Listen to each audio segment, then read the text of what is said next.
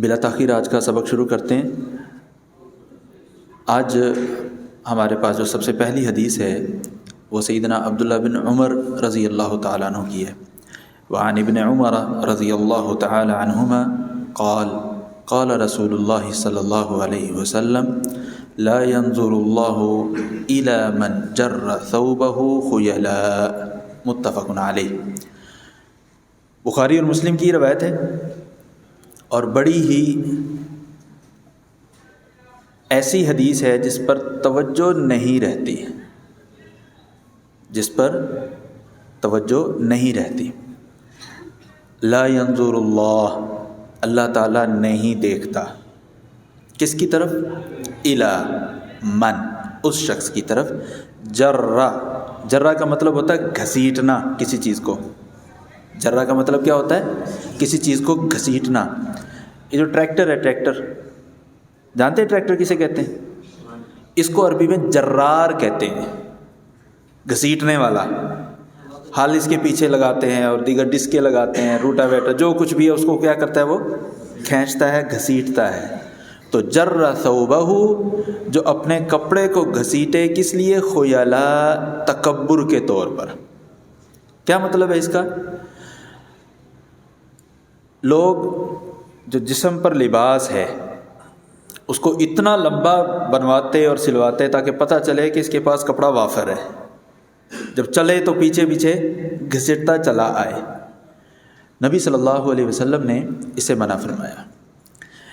اس کی عملی شکل اگر آپ اجازت دیں تو پھر یہاں پر ہو جائے، اس کی کیا خیال ہے؟ تھوڑی سی جو سستی آئی ہوئی نا وہ بھی ختم ہو جائے گی۔ تو تمام احباب سے گزارش ہے ذرا ایک بار کھڑے ہو جائیں، تمام احباب۔ کسی نے اب اپنے کپڑوں کو کچھ نہیں کرنا۔ دیکھیں رسول اللہ صلی اللہ علیہ وسلم کا فرمان ہے، ابھی جو ہم پڑھ رہے ہیں صحیح بخاری اور مسلم کی روایت، اللہ تعالیٰ ایسے شخص کی طرف قیامت والے دن نہیں دیکھتا جو کیا کرتا ہے؟ تکبر سے اپنا لباس گھسیٹتا ہے۔ دوسری حدیث کے الفاظ ہیں ما اسفل من الکعبین من الازار ففی النار۔ کعبین کہتے ہیں ٹخنوں کو، یہ جہاں تک وضو میں ہم پاؤں دھوتے ہیں نا، اس کو کعب کہتے ہیں عربی میں۔ اب دیکھیں، اب آپ سب اپنے اپنے لباس کو دیکھیں، کس کس کا لباس، چاہے پینٹ ہے، چاہے شلوار ہے، چاہے تہبند ہے، تہبند والا تو کوئی بھی نہیں ہے، جس کا بھی اب نیچے ہے نا تو وہ اس حدیث کی وعید میں آ رہا ہے، اس حدیث کی وعید میں آ رہا ہے۔ جب تک نہیں پتا تھا اللہ اس کو معاف کرنے والا ہے، اور جب پتہ چل گیا ہے اب اس پر عمل کرنا ہمارے لیے کیا ہے؟ ضروری ہے۔ تو اب تمام بھائی جب بھی اب بیٹھنے سے پہلے اپنی جو شلوار ہے یا پینٹ ہے جو کچھ بھی ہے اس کو ٹخنوں سے اوپر کریں گے، ٹھیک ہے نا؟ اب میں یہ بھی نہیں کہہ رہا کہ اس کو اوپر تک کر لیں جیسے بعد اب پانی لگانے جا رہا ہے، نہیں، ٹخنوں سے اوپر لازمی کریں، کم از کم کیا ہے اس کی جگہ؟ ٹخنوں سے اوپر لازمی۔ جی تشریف رکھیے، بہت شکریہ، امید ہے تھوڑے سے فریش بھی ہو گئے ہوں گے، جزاکم اللہ خیر۔ اب اس سے متعلقہ کچھ احکامات ہیں، اسی سے متعلقہ کچھ احکامات ہیں۔ آپ نے دیکھا ہوگا بعض لوگ جب نماز پڑھنا شروع کرتے ہیں نا تو نماز شروع کرنے سے پہلے کیا کرتے ہیں؟ نیچے سے اپنی پینٹ کو فولڈ کر رہے ہوتے ہیں، اور جیسے ہی سلام پھیرتے ہیں کھڑے ہوتے ہیں پھر اس کو کیا کرتے ہیں؟ کھول کر نیچے کر دیتے ہیں۔ یہ حکم صرف نماز کے لیے نہیں ہے، یہ 24 آور ہے، 24 گھنٹے کے لیے ہر وقت ہے۔ تو یہ بھی غلط ہے کہ نماز کے لیے آئیں تو اوپر کر لیں، نماز سے باہر نکلے تو اس کو نیچے کر دیں، نہیں۔ اور اس سے کسی کی شان میں کوئی کمی نہیں آتی۔ آپ نے ڈاکٹر ذاکر نائک کو دیکھا ہے؟ ان سے زیادہ تو ہم میں سے کسی کی شہرت نہیں ہے، یا ہے؟ کیوں جی؟ نہیں ہے نا؟ وہ ماشاءاللہ اللہ تعالیٰ اس کی حفاظت فرمائے ڈاکٹر صاحب کی، جہاں بھی جاتے ہیں چاہے پینٹ پہنی ہوئی ہے ٹخنوں سے اونچی ہوگی، پینٹ بھی ٹخنوں سے اونچی ہوگی۔ میں اس لیے نہیں کہہ رہا کہ ہم ان کو اپنے لیے رول ماڈل بنائیں، نہیں، ہم رول ماڈل کس کو بنائیں گے؟ رسول اللہ صلی اللہ علیہ وسلم کی تعلیمات اور ہدایات کو، ٹھیک ہے نا. جب ہم رسول اللہ صلی اللہ علیہ وسلم کی تعلیمات اور ہدایات پر عمل کے نظر سے عمل کریں گے تو ثواب ملے گا. اور اگر کسی اور شخص کو، چاہے وہ کتنا ہی مشہور، بڑا، معتبر، متقی، پرہیزگار ہو، ان کو فالو کریں گے تو ثواب ملے گا؟ نہیں، پھر اجر نہیں ملے گا. اور وہ تبدیلی جو آئے گی وہ عارضی بھی ہوگی، کیونکہ رسول اللہ صلی اللہ علیہ وسلم کے جو فرامین ہیں وہ کیا ہیں؟ وہ دائمی ہیں. آپ کے ساتھ محبت، آپ کے فرامین پر عمل ہمارے ایمان کا حصہ ہے. اسی سے متعلقہ ایک اور چیز، کچھ لوگ کہہ دیتے ہیں کہ جی حدیث میں آیا ہے کہ جو تکبر کرتے ہوئے اپنی پینٹ کو، شلوار کو، تہبند کو نیچے کرتا ہے اس کے لیے یہ وعید ہے. میں تکبر نہیں کرتا. کوئی کہنے والا کہہ سکتا ہے نا. نوجوان نسل میں ماشاءاللہ بڑا ٹیلنٹ ہے، چیزوں کو ڈیفینڈ کیسے کیا جاتا ہے. تو ان کے لیے عرض ہے، اصل میں تکبر کا مفہوم کیا ہے؟ تکبر کا مفہوم سمجھ لیں تو بات سمجھ میں آ جائے گی. تکبر کا مفہوم یہ ہے، حق بات کو ٹھکرا دینا، لوگوں کو حقیر جاننا. حق بات کو ٹھکرا دینا، لوگوں کو حقیر جاننا، یہ تکبر ہے. اب آ جائیں، نبی صلی اللہ علیہ وسلم کا فرمان کیا ہے کہ اپنی پینٹ، شلوار، تہبند جو بھی آپ نے پہنا ہوا ہے اس کو کیا کرنا ہے؟ یہ حق ہے یا باطل ہے؟ حق ہے. اب اس پر عمل کرنا ہم پر فرض ہے. اگر کوئی شخص اس کو مسترد کرتا ہے، یہ اس کا مسترد کرنا ہی تکبر ہے. اس کا یہ مسترد کرنا ہی تکبر ہے. اللہ تعالی ہم سب کو اس سے محفوظ فرمائے. اسی سے ریلیٹ ایک اور چیز، آپ نے وہ لانگ نیکر جو ہیں، جو گھٹنوں سے بھی نیچے تک ہوتے ہیں، کچھ نوجوانوں کو دیکھا ہوگا پہنے ہوئے ہیں، ٹھیک ہے جی. اب وہ جو شارٹس ان کو کہتے ہیں جی، اگر وہ دیکھا جائے تو وہ تقریباً اس جگہ تک ہی ہوتے ہیں جس جگہ تک نبی صلی اللہ علیہ وسلم نے ایک صحابی کو حکم دیا تھا. انہوں نے پوچھا اپنے تہبند اور ازار کے متعلق کہ اللہ کے رسول صلی اللہ علیہ وسلم مجھے بتلائیے کہ میں اس کو کتنا اونچا کروں. آپ اٹھاتے گئے نبی صلی اللہ علیہ وسلم اور کہتے کہ اس کو مزید اوپر کرو، یہاں تک کہ نصف پنڈلی تک پہنچ گئے، نصف پنڈلی تک. تو آپ نے فرمایا یہاں تک آپ نے اپنی تہبند کو، اپنی شلوار کو اونچا رکھنا ہے. یہ ہے اوپر سے انتہا. نیچے سے انتہا کیا ہے؟ ٹخنے آپ کے ننگے ہونے چاہیے. اچھا، اب اس میں ایک اور سوال آ جاتا ہے.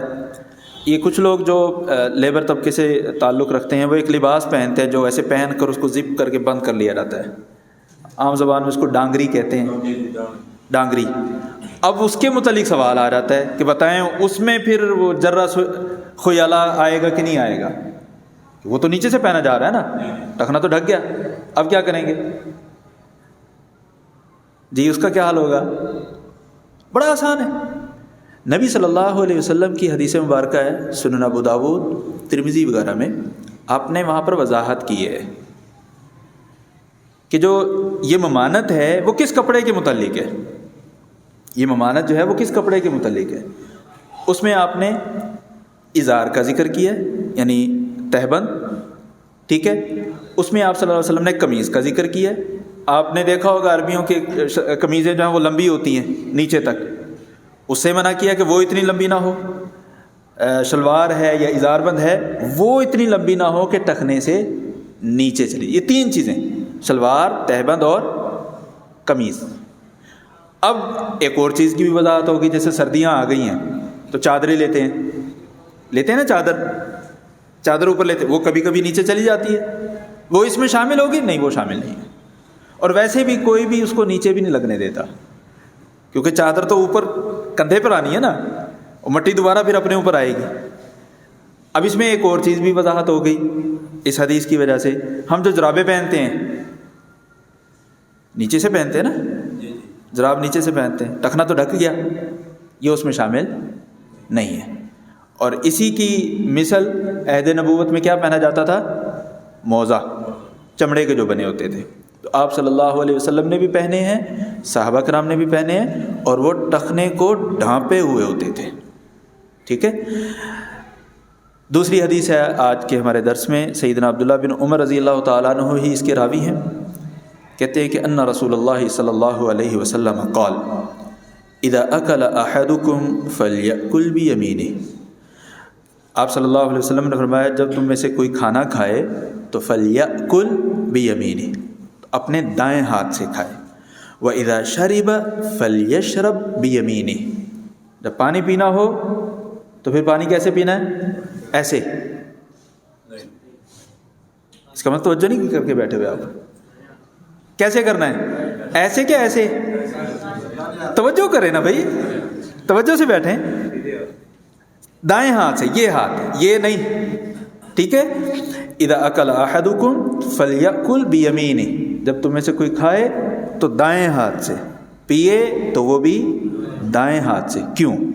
وجہ بیان کی، فإن الشیطان یأکل بشمالہ ویشرب بشمالہ، شیطان جو ہے وہ بائیں ہاتھ سے کھاتا اور پیتا ہے۔ ہم سب تو انسان ہیں، ایسے ہی ہے نا، اور پھر مسلمان بھی ہیں، ہم میں سے تو کوئی ایسا نہیں ہے نا۔ ایک شخص نے رسول اللہ صلی اللہ علیہ وسلم کی مجلس میں بیٹھ کر بائیں ہاتھ سے کھانا شروع کیا تو آپ صلی اللہ علیہ وسلم نے اس کو روکا اور کہا کہ تم دائیں ہاتھ سے کھاؤ۔ اس پر اس کو چڑ لگی اور کہنے لگا لا استطیع، میں دائیں ہاتھ سے کھا ہی نہیں سکتا، حالانکہ وہ کھا سکتا تھا۔ آپ صلی اللہ علیہ وسلم نے فرمایا مستطعت، ایک لفظ، اگر نہیں کھا سکتے نا تو کبھی نہیں کھا سکو گے۔ حدیث کے الفاظ ہیں فما رفعہ بعد، اس کے بعد اس سے وہ دایاں ہاتھ اٹھا ہی نہیں، دایاں ہاتھ اس کا اٹھا ہی نہیں۔ ایک تو ہے کہ ایک شخص معذور ہے، بیمار ہے، اللہ تعالیٰ سب کو اپنے حفظ و امان میں رکھیں، چوٹ لگی ہوئی ہے بازو پر، پٹی ہے اور وہ حرکت بھی نہیں دے سکتا، یہ اور مسئلہ ہے، اور بات ہے۔ لیکن ایک شخص جانتے بوجھتے ہوئے کہے کہ نہیں میں نہیں کر سکتا، تو دیکھیں رسول اللہ صلی اللہ علیہ وسلم کی حدیث مبارکہ کو مسترد کرنے کا، اس پر عمل نہ کرنے کا فوری رزلٹ ہے۔ اللہ تعالیٰ ہمیں رسول اللہ صلی اللہ علیہ وسلم کے فرامین پر فوری عمل کرنے والا بنائے۔ آپ صلی اللہ علیہ وسلم کی تیسری حدیث آج کے درس کی، سیدنا عمر بن شعیب، وہ اپنے والد سے اور وہ اپنے دادا سے بیان کرتے ہیں، قال رسول اللہ صلی اللہ علیہ وسلم کل واشرب والبس وتصدق فی غیر سرف ولا مخیلہ، بڑی پیاری حدیث، ایک ایسی حدیث جو ہمیں پوری زندگی اپنی ایک مینٹین اور معتدل اور نارمل، نہ اس انتہا پر نہ اس انتہا پر، نارمل زندگی گزارنے کی ہمیں ترغیب دلاتی ہے اور حکم دیتی ہے۔ کل کھاؤ، واشرب پیو، والبس پہنو، کھاؤ پیو پہنو، وتصدق صدقہ کرو، اللہ کی راہ میں دو۔ یہاں تک تو ٹھیک ہے، وہ ایک نارمل زندگی کے لیے ایک لفظ بولا فی غیر سرف، اسراف کے بغیر، فی غیر سرف، اسراف کے بغیر، ولا مخیلہ، اور تکبر کے بغیر۔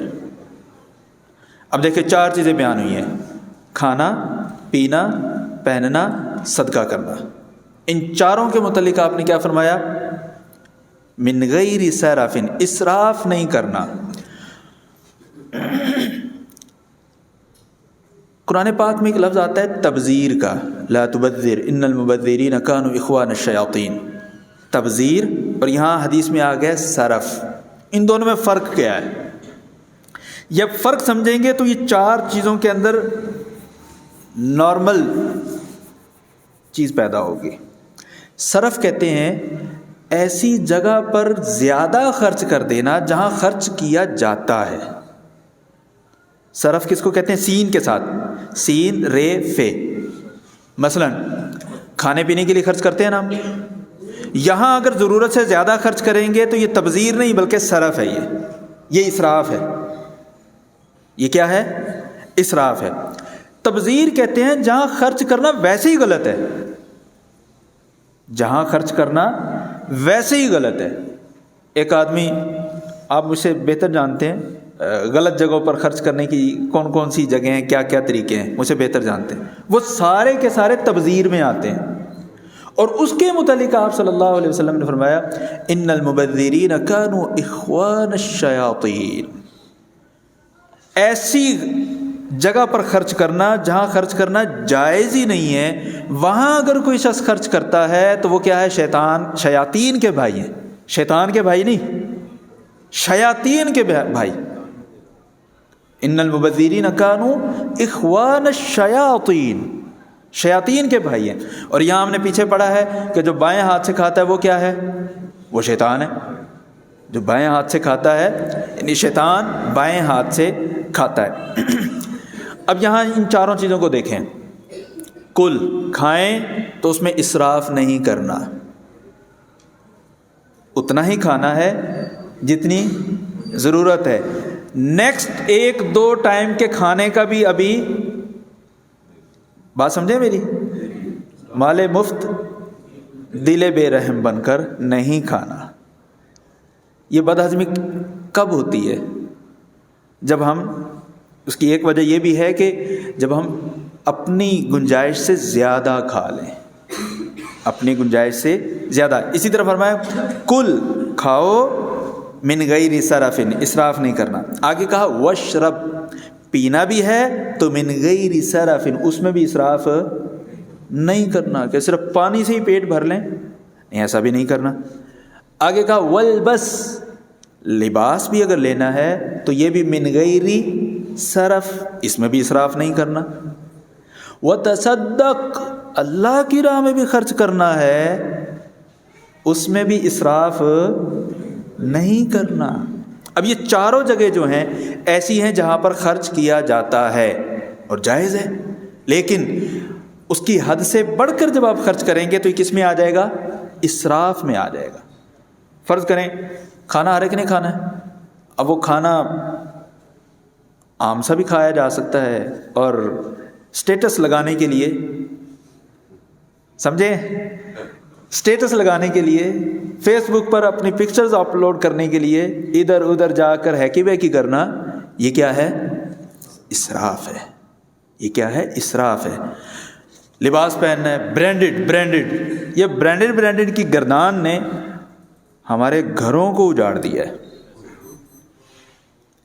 یہ جس طرح کا یونیورسٹی کی گیلریوں میں اور کلاسز میں اور گلی کوچے میں نظر آتا ہے، گھر ذرا جا کر دیکھیں، اسی شخص کے گھر میں جا کر دیکھیں، پتہ چل جائے گا برانڈڈ ہے کیا، کس وجہ سے ہے۔ یہی اسراف ہے۔ لباس کا حکم ہے، لباس پہننا چاہیے، اس پر خرچ کیا جاتا ہے، لیکن من غیر سرف، اسراف نہیں ہونا چاہیے۔ ہاں اگر واقعی اللہ تعالیٰ نے آپ کو دیا ہے تو کوئی بات نہیں، اللہ تعالیٰ کی نعمت کے اثرات نظر آنے چاہیے۔ معاشرے میں 2 قسم کی انتہائیں ہیں۔ ایک آدمی کے پاس کچھ نہیں ہے، وہ اپنے آپ کو پتہ نہیں کیا دکھانا چاہتا ہے۔ ایک آدمی کے پاس سب کچھ ہے، وہ دکھانا چاہتا ہے میرے پاس کچھ نہیں ہے۔ کروڑوں کی جائیداد، ارب پتی شخص، جسم پر کپڑا ایسا ہوگا دیکھ کے دل کہے گا یار اس کو زکوٰۃ دے دی جائے۔ تھوڑی سی چھان بین کرنے پہ پتہ چلے گا کروڑ پتی ہے یہ بندہ۔ اعتدال کے ساتھ، یہ 2 انتہائیں ہیں۔ دین ہمیں کہتا ہے کہ دونوں انتہاؤں سے بچنا ہے، اعتدال میں رہنا ہے۔ کھانا پینا پہننا، حتیٰ کہ اللہ کی راہ میں بھی اگر خرچ کرنا ہے تو کیسے کرنا ہے؟ بغیر اسراف کے۔ اللہ کی راہ میں خرچ کرنے کے اسراف کا کیا مطلب ہوگا؟ اتنا دے دینا بعد میں خود مانگتا پھرے، بعد میں خود مانگتا پھرے، یہ غلط ہے۔ کوئی یہ نہ کہے کہ سیدنا ابوبکر صدیق رضی اللہ تعالیٰ نے تو سارا کچھ لا کر دے دیا تھا۔ جی انہوں نے سارا کچھ لا کر دیا تھا، لیکن مانگا کسی سے نہیں تھا۔ پھر اگر آپ کا ایمان ایسا ہے تو ٹھیک ہے، موسٹ ویلکم، بالکل ٹھیک ہے۔ انہوں نے مانگا نہیں تھا، پھر ہائی دعائی نہیں کی تھی یار وہ فلاں جگہ میں نے دے دیا، فلاں ڈونیٹ کر دیا، یہ کر دیا وہ. بھائی جس کے لیے کیا ہے اسی سے مانگو. اگر سیدنا ابوبکر صدیق رضی اللہ تعالیٰ عنہ جیسا ایمان ہے بالکل ٹھیک ہے. اور یہاں ایک اور چیز بھی، بعض عوامی خطبہ مقررین یہاں تک بھی کہہ دیتے ہیں کہ سیدنا ابوبکر صدیق رضی اللہ تعالیٰ عنہ نے اپنے گھر سے وہ سوئی بھی اٹھا کر لے آئے تھے. گھر سے سوئی بھی اٹھا، بات غلط ہے، ایسا نہیں ہے. اصل میں ہوا کیا تھا؟ جس حدیث میں یہ ساری تفصیلات موجود ہیں، اس سے پہلے یہ تفصیلات بیان کر رہے ہیں سیدنا عمر رضی اللہ تعالیٰ عنہ. کون بیان کر رہے ہیں؟ سیدنا عمر رضی اللہ عنہ. کہتے ہیں کہ آپ صلی اللہ علیہ وسلم نے فنڈ کی اپیل کی، اور آپ صلی اللہ علیہ وسلم نے ادھر اپیل کی، اور کچھ ہی عرصہ پہلے، 1-2 دن پہلے میری تجارت کا مجھے منافع ملا تھا. میری تجارت کا مجھے منافع ملا تھا. اب گھر میں پیسے ہوں، ادھر سے رسول اللہ صلی اللہ علیہ وسلم فرما دیں کہ جی لے آئیں. سیدنا عمر رضی اللہ تعالیٰ عنہ کہنے لگے آج موقع ہے، اگر میں ابوبکر صدیق رضی اللہ تعالیٰ عنہ سے آگے بڑھ سکتا ہوں تو آج موقع ہے، کیونکہ میرا تو ابھی پروفٹ مجھے ابھی ملا ہے، وہ موجود ہے گھر میں لے آتا ہوں. آدھا اٹھا کر لے آئے. کس میں سے؟ پروفٹ میں سے. یہ نہیں کہ گھر کے آدھے بستر لے آئے، آدھے کپڑے لے آئے، آدھا اناج، نہیں، ایسا نہیں ہے. لیکن سیدنا ابوبکر صدیق رضی اللہ تعالیٰ عنہ کے پاس جو کچھ بھی پروفٹ جمع پونجی موجود تھی وہ ساری لے آئے. عمر رضی اللہ تعالیٰ عنہ آدھی لے آئے تھے، ابوبکر صدیق رضی اللہ تعالیٰ عنہ ساری لے آئے جو کچھ بھی تھا. اب ان کا آپس میں کیا ریشو تھی یہ وضاحت نہیں ملتی، لیکن اتنی ہے کہ سیدنا عمر آدھی لے کر آئے تھے، سیدنا ابوبکر صدیق رضی اللہ تعالیٰ عنہ جو کچھ بھی جمع پونجی تھی وہ لے آئے. اب اس تناظر میں اگر اس حدیث کو دیکھیں تو بات سمجھ میں آتی ہے، بات سمجھ میں آتی ہے کہ واقعی وَتَصَدَّقْ فِي غَيْرِ سَرَفٍ، عمر رضی اللہ تعالیٰ عنہ نے بھی اسراف سے اپنے آپ کو بچایا، ابوبکر صدیق رضی اللہ تعالیٰ عنہ نے بھی. کیوں؟ انہوں نے جو موجودہ پرافٹ تھا یا جمع پونجی تھی صرف وہ دی تھی. یہ نہیں کہ گھر والوں کا کھانے پینے کا سامان بھی اٹھا لائے، ایسا نہیں ہے. اور آخری لفظ ہے وَلَا مَخِيلَةٍ، کھانا پینا، پہننا اور صدقہ کرنا تکبر کے بغیر. اب ذرا تصور کریں، آپ تو کسی جگہ پر جا کر پیزا کھا رہے ہیں اور چرگے اڑا رہے ہیں اور یہ کر رہے ہیں، وہی آپ سٹیٹس بھی لگا رہے ہیں. آپ کے پڑوسی بھی دیکھیں گے، آپ کے دوست احباب بھی دیکھیں گے، ان کے ذہن میں کیا خیال آئے گا؟ کیا خیال آئے گا؟ یار ہمیں تو کبھی دعوت نہیں دی. نیچے کمنٹس ایسے ہی ہوتے ہیں نا، اچھا کلے کلے کلے کلے کیا مطلب ہے اس کا؟ پھر یہ سٹیٹس اس طرح کا لگاتے ہوئے اگر کسی کا انداز یہ والا ہے، تکبر والا ہے کہ میں اپنے آپ کو دکھاؤں کہ میں آج فلاں چیز پہن رہا ہوں، فلاں خرید رہا ہوں، فلاں جگہ شاپنگ کر رہا ہوں، وہاں جا رہا ہوں، وہاں کر رہا ہوں، رسول اللہ صلی اللہ علیہ وسلم کا فرمان ہے یہ تکبر نہیں کرنا. آج کے درس کی چوتھی حدیث، سیدنا ابو ہریرہ رضی اللہ تعالیٰ عنہ کہتے ہیں کہ رسول اللہ صلی اللہ علیہ وسلم نے فرمایا من احب ان یبسط له فی رزقه وان ينسأ له فی اثره فلیصل رحمہ. نوجوانوں کے لیے بڑی ہی اہم حدیث، بڑوں کے لیے بھی جو تلاش معاش میں پریشان ہے. آج صدر پاکستان ڈاکٹر عارف علوی صاحب کی ایک تقریر سن رہا تھا، تو کہتے ہیں کہ کالجز اور یونیورسٹیز میں جانے والے جو اسٹوڈنٹس ہیں 62 to 80%، 62 سے 80% نوجوان جو کالج اور یونیورسٹی میں جا رہا ہے وہ سٹریس کا شکار ہے، پریشان ہے. کس چیز میں؟ آمدن، معیشت، معاش. فیس کیسے پے کریں گے؟ فیس پے ہو گئی ہے، خرچہ کیسے پورا کرنا ہے، کیا کرنا ہے. صرف یہی نہیں، اس کے ساتھ ساتھ جو چونچلے ہیں ہماری زندگی کے، جہاں وسعت 1000 کی ہے تو خیال 2000 خرچ کرنے کا ہے، تو اس سے پریشانی پیدا ہوگی، راحت تو نہیں آئے گی۔ اسی کو اگر ہم الٹ کر لیں، ہماری آمدن 1000 ہے، ہم خرچ کرنے کا پلان 900 کا رکھیں، 100 روپے سیو کر لیں، ٹینشن باقی رہے گی؟ نہیں۔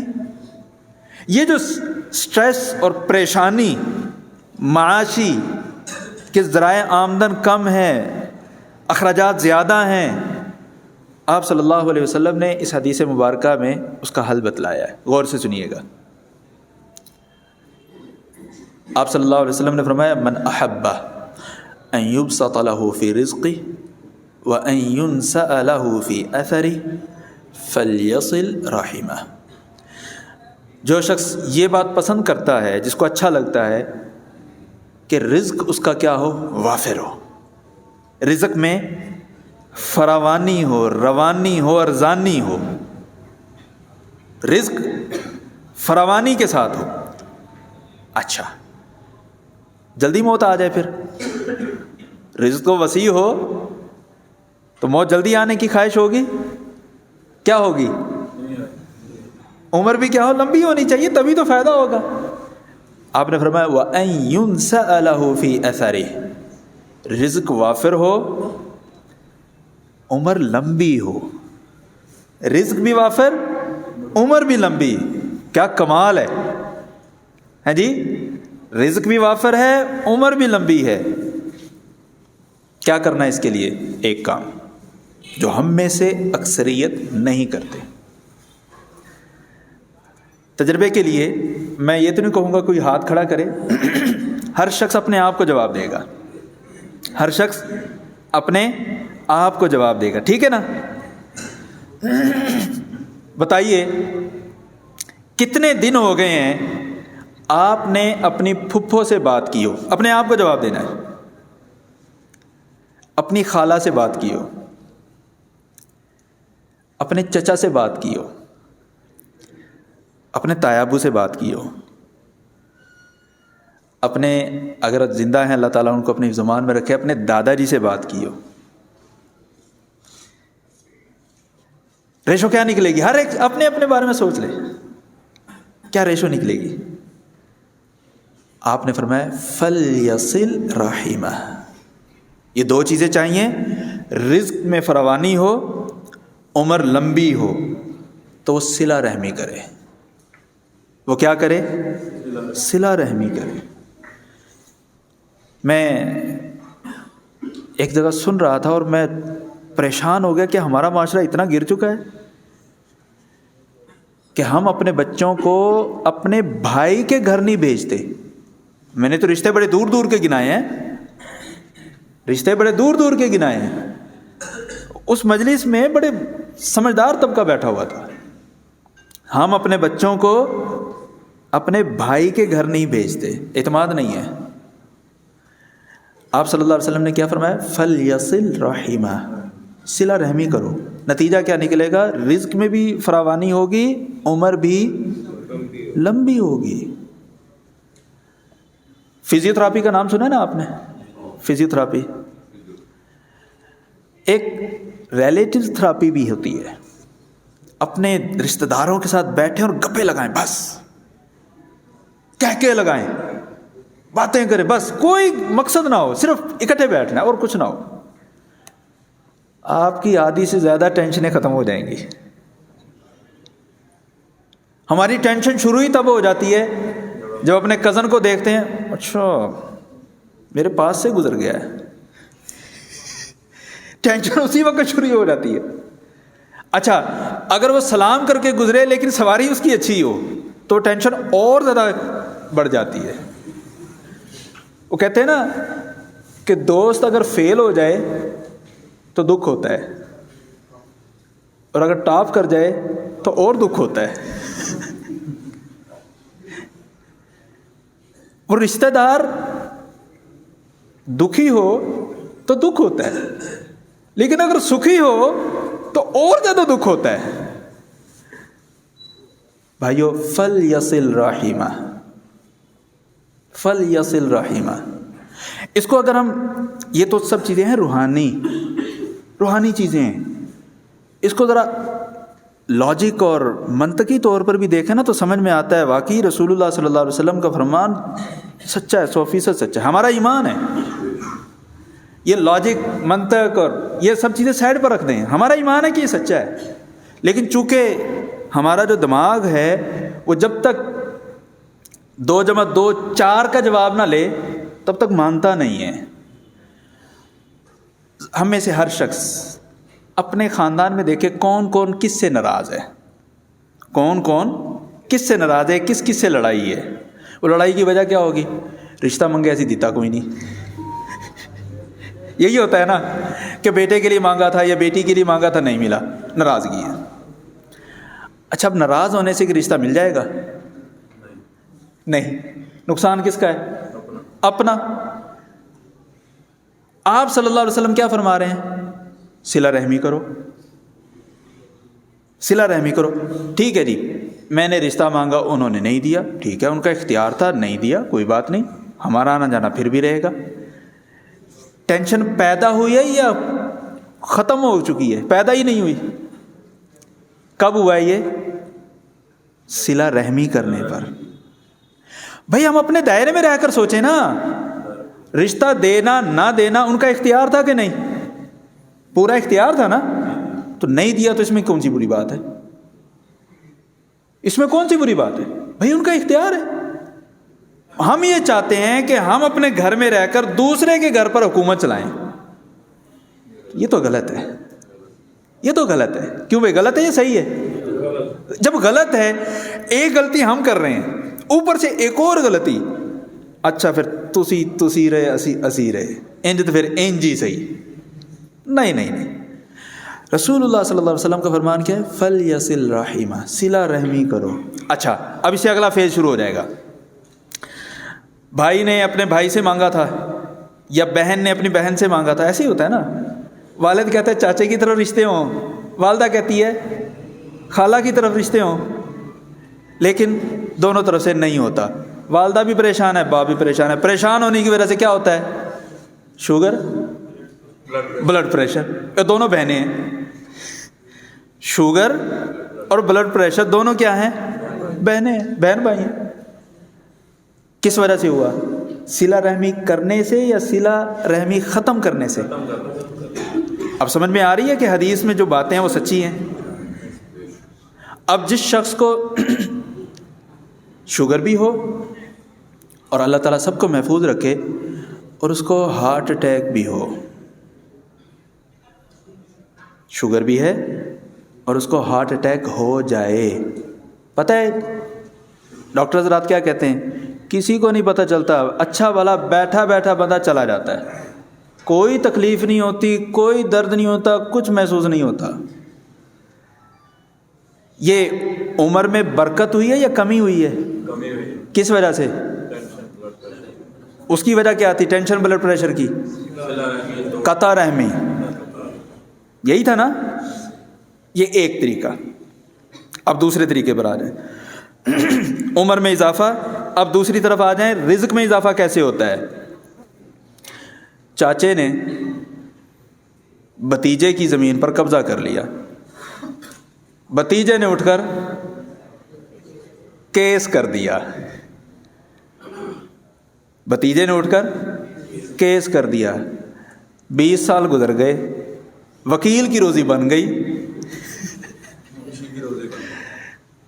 ٹھیک ہے جی، وکیل کی روزی بن گئی. یہ 20 سال گزرنے کے بعد بھی فیصلہ حق میں نہیں ہوا. بتائیں رزق بڑا یا کم ہوا؟ خرچے تو ہو رہے ہیں نا، ہر پیشی پر ہو رہے ہیں، آنا جانا پڑ رہا ہے، وقت لگانا پڑ رہا ہے. یہ رزق میں برکت ہے یا بے برکتی ہے؟ اچھا یہیں پر ایسے کر لیں، چاچے نے کچھ کیا، خاندان کے کچھ لوگ بیٹھے، معتبر، سمجھایا بجھایا. کچھ افراد ایسے بھی ہوتے ہیں وہ کھلا بجا بھی کر لیتے ہیں، مطلب بیٹھ بیٹھے وہ ڈے ڈے ادھر ہی رکھ، میں جو آدھا پیا. کچھ لوگ ایسے ہوتے ہیں، ان کو بیچ میں ملائیں، حق مل جل کر درمیانی راہ کو نکال لے. یہ کیا ہے؟ یہ قطع رحمی ہے یا صلہ رحمی ہے؟ جی رزق میں اضافہ ہوا کہ نہیں ہوا؟ سمجھ آ گئی ہے؟ یہ صرف ایک ظاہری دلیل ہے. چونکہ ہم جس مادہ پرستی کے دور میں گزر رہے ہیں نا، یہ چیزیں سمجھ میں نہیں آتی. اس طرح کی جب مثال عملی طور پر پیش کی جائے تو سمجھ جلدی آ جاتی ہے کہ واقعی صلہ رحمی سے رزق میں برکت بھی ہوتی ہے اور عمر میں. سمجھ میں آئی ہے کہ نہیں؟ کسی کو سمجھ میں نہ آئی ہو تو دوبارہ ایکسپلین کر دیتا ہوں. آخری حدیث، یہ تو ہے دنیا کے فوائد، ذرا آخرت کا فائدہ بھی دیکھ لیں.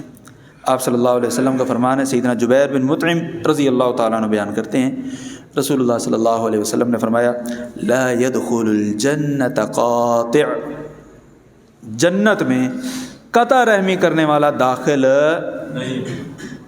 جانا ہے سب نے جنت میں؟ کیوں نہیں؟ آواز نہیں آئی باہر سے. سوال کیا تھا پہلے تو یہ بتائیں، سوال کیا تھا؟ آخری بھائی ایک منٹ، سرخ شرٹ والے بھائی کہہ رہے ہیں سنا ہی نہیں ہے. دیگ سے ایک چاول چگا جاتا ہے. کوئی بات نہیں بھائی، کوئی بات نہیں، ہم آپ سب کو ویلکم کہتے ہیں. یہ ایسی مجلس ہے کہ اس مجلس میں آنے والا کسی بھی مقصد سے آئے، اس مجلس میں آنے والا کسی بھی مقصد سے آئے وہ خالی ہاتھ نہیں جائے گا. ہم جلساء لا یشقی بہم جلیسہم. اس حدیث کی وضاحت آئندہ کبھی موقع ملا تو وضاحت کروں گا. مختصراً یہ کہ اس مجلس میں جو بھی آتا ہے اللہ کی رحمت لے کر جاتا ہے. اللہ تعالی ہم سب کو صلہ رحمی کرنے والا بنائے تاکہ ہم سب کہاں جائیں؟ جنت میں جائیں. اسی طرح وہاں پر بھی اکٹھے ہوں جیسے یہاں پر اکٹھے ہوئے ہیں. وآخر دعوانا الحمدللہ رب العالمین.